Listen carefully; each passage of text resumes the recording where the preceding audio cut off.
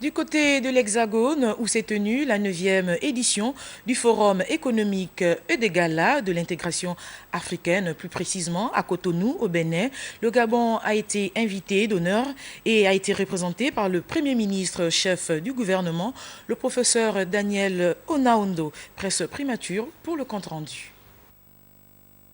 C'est donc ce 23 novembre, en fin d'après-midi, que le professeur Daniel Onaondo, accompagné d'une forte délégation dont des hommes d'affaires gabonais, a été accueilli par son homologue béninois, M. Lionel Zinsou, le président du Forum économique et gala de l'intégration africaine, M. Amadou Diagne, ainsi que par de nombreux représentants de la communauté gabonaise vivant au Bénin.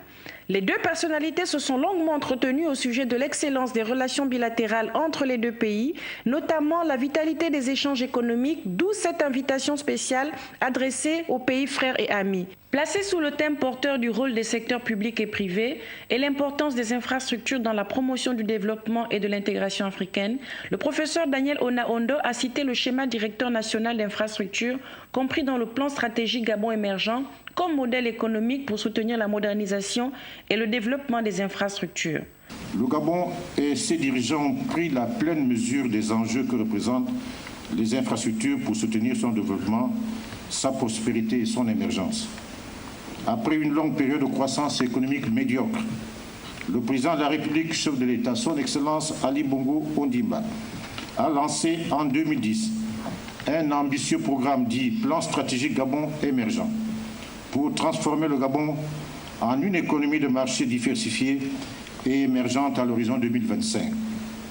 Le plan stratégique Gabon émergent, dont l'une des fondations est le renforcement quantitatif et quantitatif des infrastructures, poursuit entre autres l'objectif d'accélérer significativement la croissance économique et en diversifier les sources.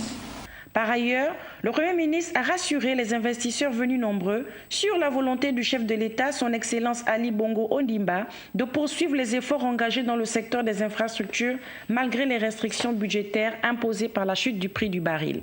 En dépit de fortes contraintes budgétaires depuis 2014, le gouvernement gabonais a fait le choix de maintenir ses efforts dans le domaine des infrastructures.